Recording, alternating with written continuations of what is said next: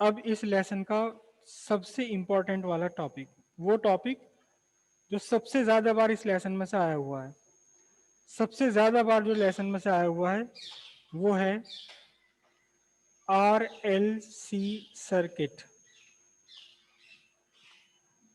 अभी तक हमने जो पढ़ा था वो एक सर्किट में केवल एक कंपोनेंट पढ़ा था। में RLC सर्किट अब तक हमने जो स्टडी की थी उसमें क्या किया था, प्योर रजिस्टर लगाया ऑल्टरनेटिंग सोर्स में, पता चला कि वोल्टेज और करंट दोनों सेम फेस में। उसके बाद हमने क्या किया, एक कैपेसिटर लिया और लगा दिया सोर्स ऑफ ऑल्टरनेट ईएमएफ। तो इसमें क्या पता लगा था, इसमें कैसे पता लगा था बताइए।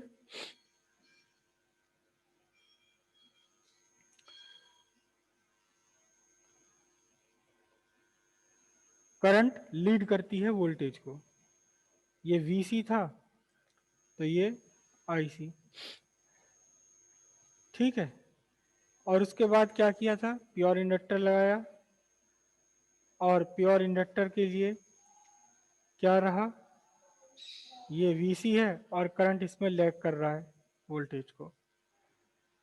ये तीन कंपोनेंट अलग अलग थे, तीन कंपोनेंट इंडिविजुअल लगाए थे एक एक करके हमने।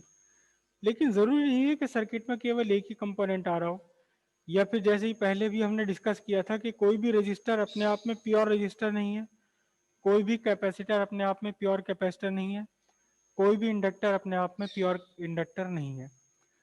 हर रजिस्टर में थोड़ा बहुत कैपेसिटिव नेचर भी है, थोड़ा बहुत इंडक्टिव नेचर भी है। हर कैपेसिटर में थोड़ा बहुत रेजिस्टेंस भी है, थोड़ा बहुत इंडक्टेंस भी है। और ये जो इंडक्टर है ये तो होता ही नहीं कभी भी प्योर, इसमें ओमिक रेजिस्टेंस जरूर होता ही होता है। जो तार आपने लपेट के इंडक्टर बनाया उस तार का कुछ ना कुछ तो ओमिक रेजिस्टेंस होगा, वो आर के। और इसके सरफेस पर चार्ज इकट्ठा हो जाता है तो इसमें कैपेसिटिव करेक्टर भी है। तो तीनों ही नेचर एक साथ होते हैं हर कंपोनेंट में। तो किसी सर्किट में अगर तीनों के तीनों एक साथ लगे हुए हों उस सर्किट को हम बोलेंगे RLC सर्किट। रेजिस्टेंस भी है, इंडक्टर भी है और कैपेसिटर भी है, सबके सब एक साथ हैं। RLC सर्किट कह दीजिए या RCL सर्किट कह दीजिए। रेजिस्टर लगा, ठीक है।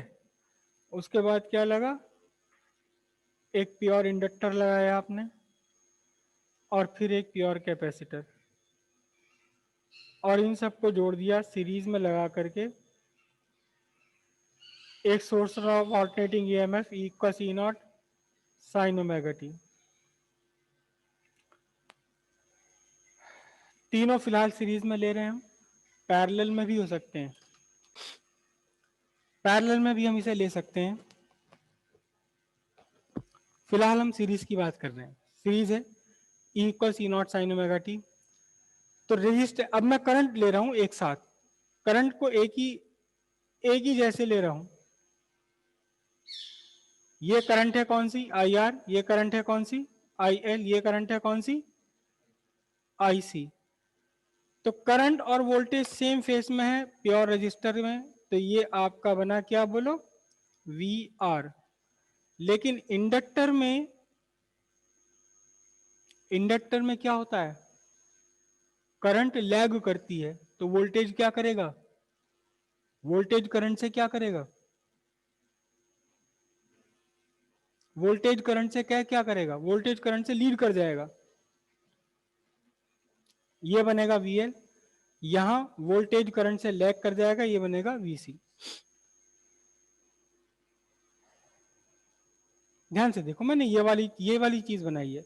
मैंने क्या कर दिया है, केवल राइट एंगल घुमा दिया, ये VC है और ये क्या है, आई, ये सॉरी, ये VL है और ये IL है। तो मैंने इसको राइट एंगल घुमा दिया ना बस, ये यहां ले आया हूं ये। तो अगर IL आपकी एक्स एक्सिस पर है तो VL कहाँ होगा, Y एक्सिस पर होगा। ये बना दिया मैंने, VL IL, ठीक है। अब तीनों को एक साथ अगर एक ही ग्राफ पे हम ड्रॉ करने लगे, तीनों को एक साथ एक ही ग्राफ पर अगर हम ड्रॉ करने लगे,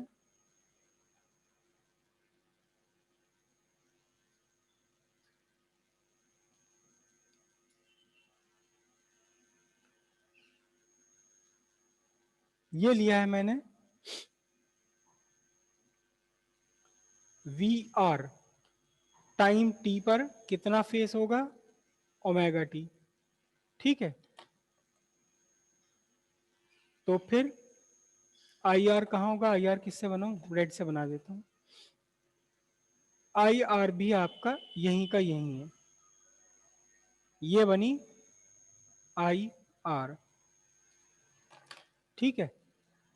अब इस आई आर, ये आई आर भी है, बल्कि मैं इसको आर ना लिख करके, ये तीनों की करंट है, ये करंट है और रेजिस्टेंस के लिए भी, ये इंडक्टर के लिए भी, कैपेसिटर के लिए। तो इंडक्टर के लिए वोल्टेज कहाँ जाएगा, 90 डिग्री आगे जाएगा इंडक्टर का वोल्टेज। तो मैं इससे राइट एंगल पर बनाऊंगा एक,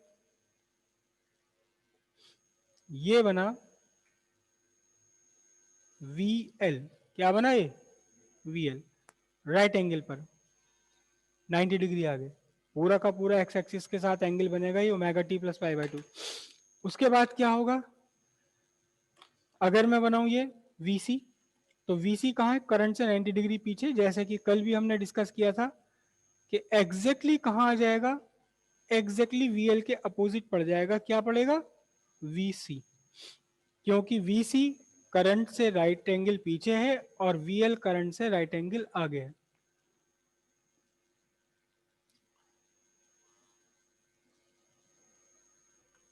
कुछ नहीं किया मैंने, ये तीनों के तीनों डायग्राम यहां बना दिए, तीनों के तीनों डायग्राम एक साथ बना दिए, जैसे कि कल ग्राफ का वो बनाया था, वेक्टर, रोटेटिंग वेक्टर बनाया था। ये कंडीशंस हो गई सारी। अब ध्यान से देखिए, वीएल और वीसी एक दूसरे के एग्जैक्टली अपोजिट है। यहां मैंने जानबूझकर V L greater than V C लिया है। जरूरी नहीं कि ऐसा ही हो, जरूरी नहीं है कि ऐसा ही हो, V C greater than V L भी हो सकता है, डिपेंड करता है कि सर्किट में इंडक्टर और कैपेसिटर की वैल्यू कितनी है। फिलहाल हमने V L greater than V C लिया है, तो फिर इससे क्या होगा, ध्यान से देखिए आप, वी एल में से वी सी सब्ट्रैक्ट कर दो।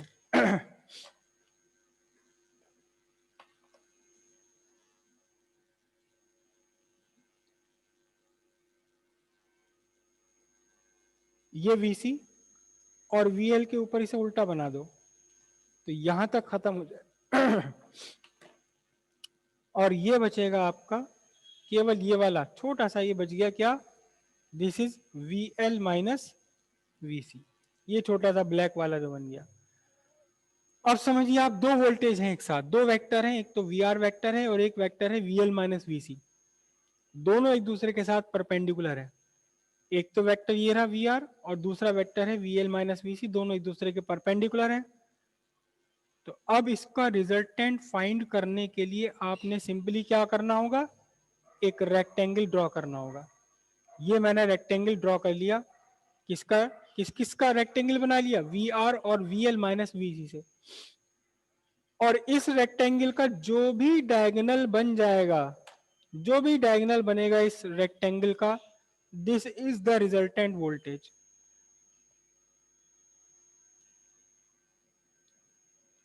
ये आपके रिजल्टेंट वोल्टेज आ गए। देखिए कल ये डायग्राम हमने ड्रॉ किया था, वही डायग्राम मैंने बनाया, बस इसमें से केवल ये वाले एरो बना दिए। ये टाइम टी पर वोल्टेज था, टाइम टी पर ये करंट थी, किसमें करंट थी, क्या थी करंट, ये रेजिस्टेंस की करंट। और टाइम टी पर ही ये करंट थी कैपेसिटर की करंट, और टाइम टी पर ये करंट थी इंडक्टर की करंट। बस इस बार मैंने क्या कर लिया है, इस बार मैंने वोल्ट करंट सबके लिए यहां ले ली, इस वाले पूरे डायग्राम में वोल्टेज कॉमन है सबके लिए, वोल्टेज का वेक्टर वी वेक्टर सबके लिए कॉमन है, एक ही वी वेक्टर है। लेकिन इस बार मैंने क्या करा, इस बार मैंने करंट को सबके लिए कॉमन ले लिया। तो कैपेसिटर की करंट वोल्टेज से आगे है, कैपेसिटर के वोल्टेज से आगे कौन? कैपेसिटर की करंट। तो हम क्या कहेंगे? हम कहेंगे कैपेसिटर का जो वोल्टेज है, ये वाला रेड वाला एरो, ये कैपेसिटर की करंट से पीछे चल रहा है। कितना पीछे चल रहा है? 90 डिग्री पीछे चल रहा है। और ये वोल्टेज किसका? इंडक्टर का वोल्टेज, ये इंडक्टर की करंट। इंडक्टर की करंट से इंडक्टर का वोल्टेज कितना है? π/2 आगे चल रहा है। ये वाले बनाए तो थे कल ये सारे डायग्राम, यहीं से तो निकाले थे ये, कि रेजिस्टेंस का वोल्टेज, रेजिस्टेंस में करंट, दोनों सेम फेज में। कैपेसिटर का वोल्टेज और कैपेसिटर की करंट दोनों एक दूसरे के π/2 पर है, लेकिन करंट आगे वोल्टेज पीछे। तो हम इसे क्या कह सकते हैं? हम इसे ये भी भाई देखो ना, ये देखो ध्यान से, ये पूरा, ये रेड वाला तो VC है और ये ब्लू वाला IC है। मैं क्या करूं? मैंने इसे घुमा दिया, देखो घुमा दिया तो क्या बना? ये नीचे वाला डायग्राम बन गया नहीं बन गया है? अब भी वही की वही बात है ना। तो हम क्या कहेंगे यहां इस डायग्राम में आप क्या कह रहे हैं? इस डायग्राम में आप ये कह रहे हैं कि करंट लीड्स किसे? वोल्टेज को। और यहां आप क्या कहेंगे? यहां आप कहेंगे V लैग्स। किससे लैग कर रहा है? करंट से लैग कर रहा है दोनों एक ही बात। यहां भी ऐसे ही किया मैंने।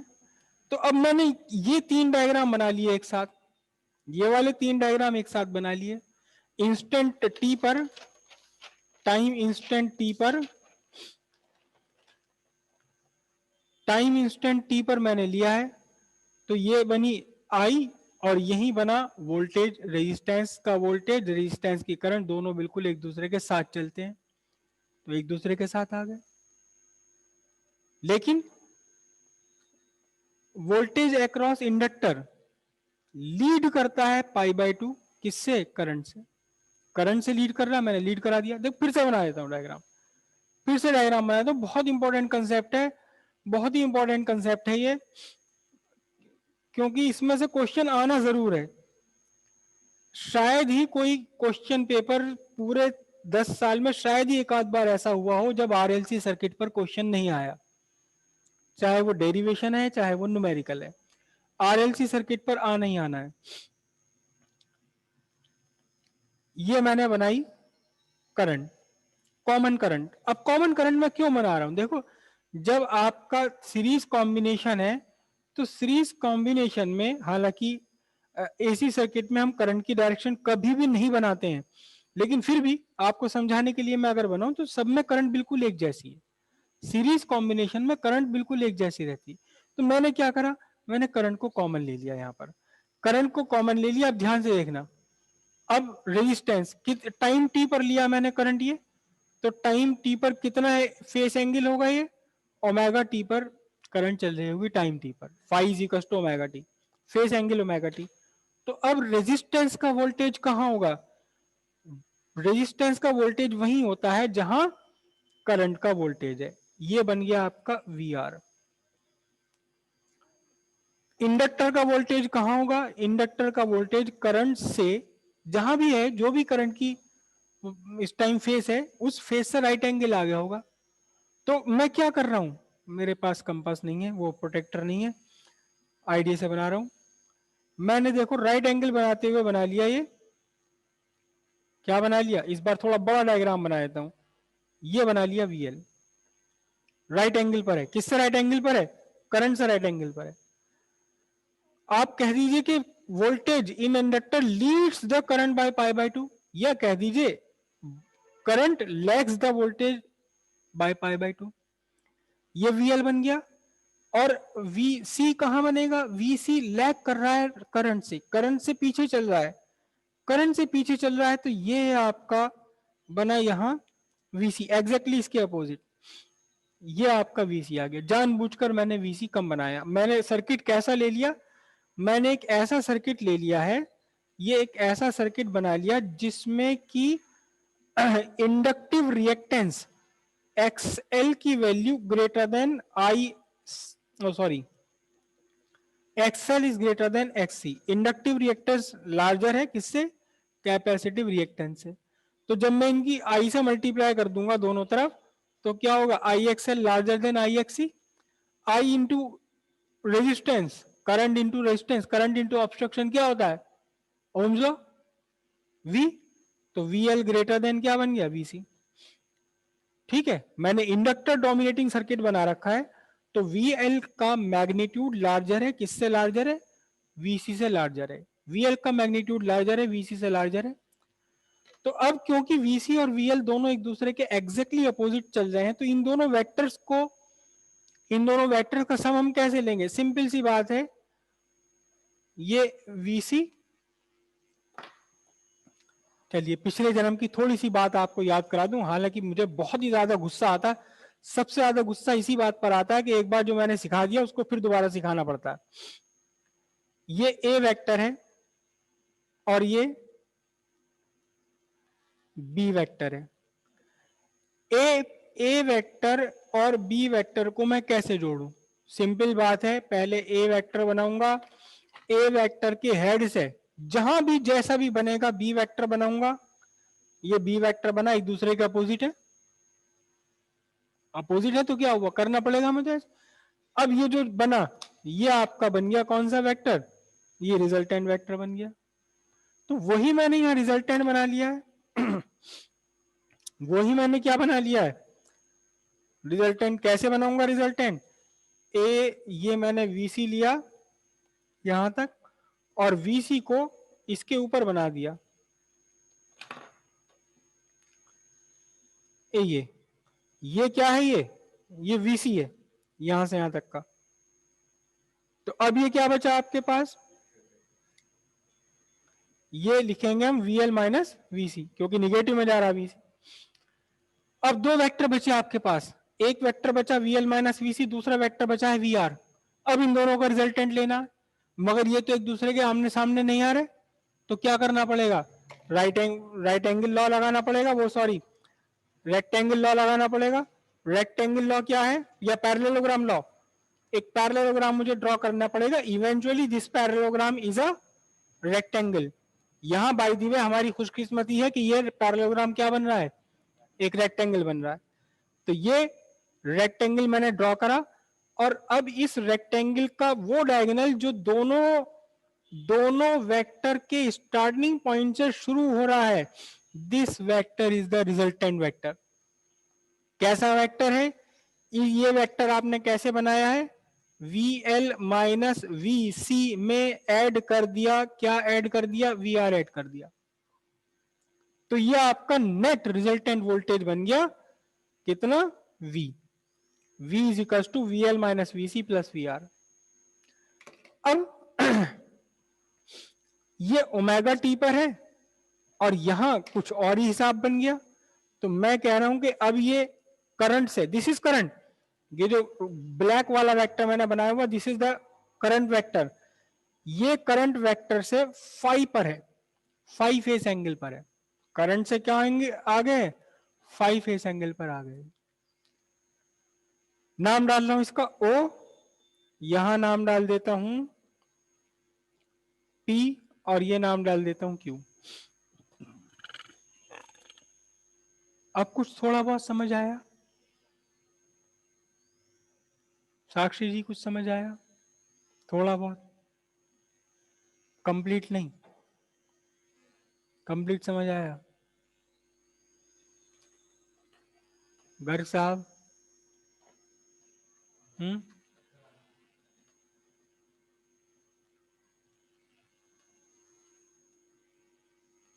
और बाकी तो सबके चेहरों पे अब भी क्वेश्चन मार्क के लगे दिख रहे हैं, खूबसूरत चमकदार क्वेश्चन मार्क, ये लगा।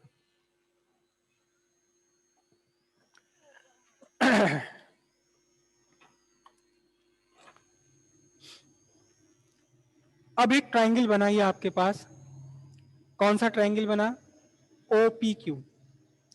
OPQ एक ट्रायंगल बना, इस ट्रायंगल में OP साइड है VR और PQ साइड है कितनी, VL माइनस VC, और Q साइड आपकी है अल्टीमेट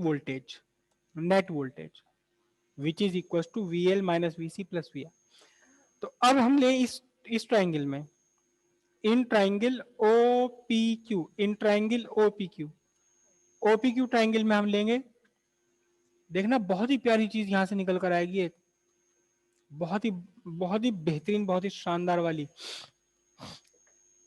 ट्राइंगल OPQ में ले हम, देखना ध्यान से। तो हम क्या लिखेंगे, ये तो राइट एंगल ये रहा आपका, और ये क्या OQ। अब देखना ध्यान से क्या बनेगा, OQ square equals OP square plus PQ square. OQ कितना है, नेट वोल्टेज। OP कितना है, OP देखो, OP कितना है और PQ कितना है, देखना जरा, PQ कितना है, VL minus VC whole square, right.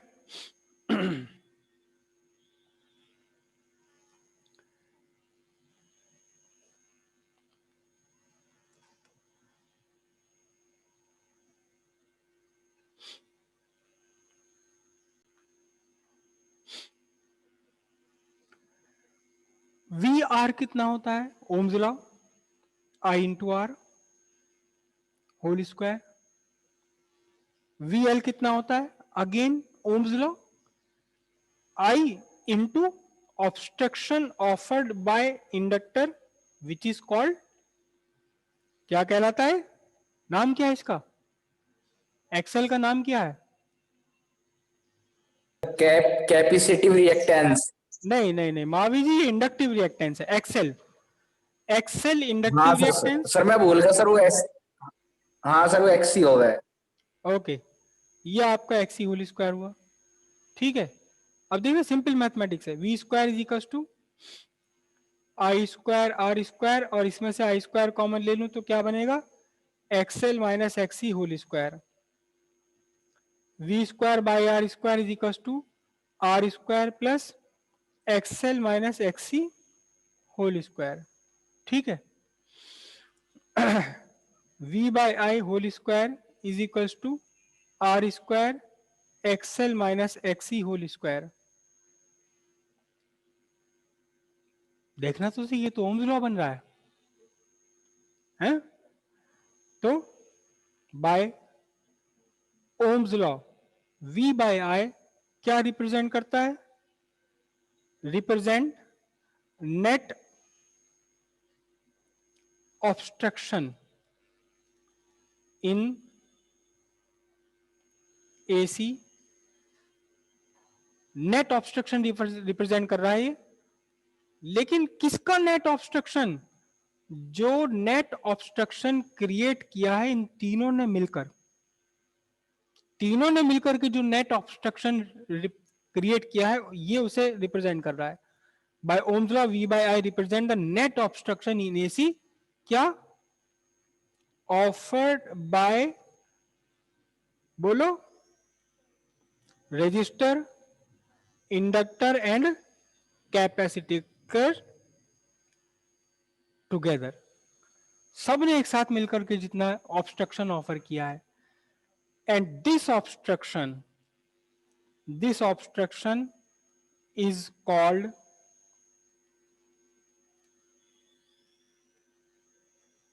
Impedance. क्या कहलाता है, इम्पिडेंस, और रिप्रेजेंट करते हैं इसे Z से, क्या रिप्रेजेंट करा, Z से रिप्रेजेंट करा। तो इस इक्वेशन में मैं क्या करूं, I बाय V बाय आई की जगह क्या रिप्रेजेंट, क्या सब्स्टिट्यूट कर दूं,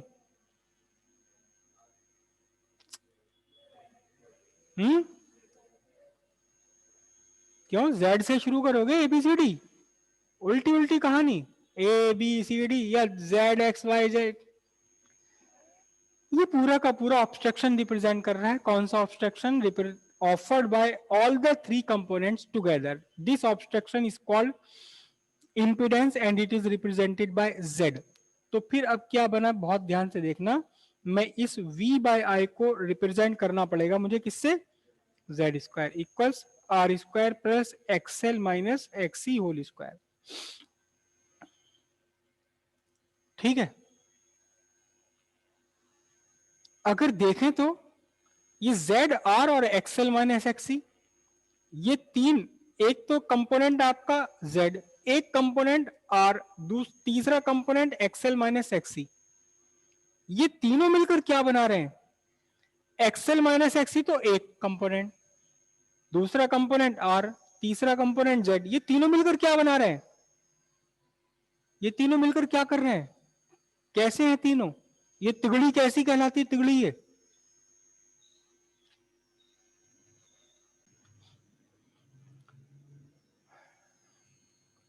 since R XL minus XC and Z form a Pythagorean triplet. इस तिकड़ी का एक स्पेशल नाम है Pythagorean triplet. Square of one is equal to the sum of squares of other to.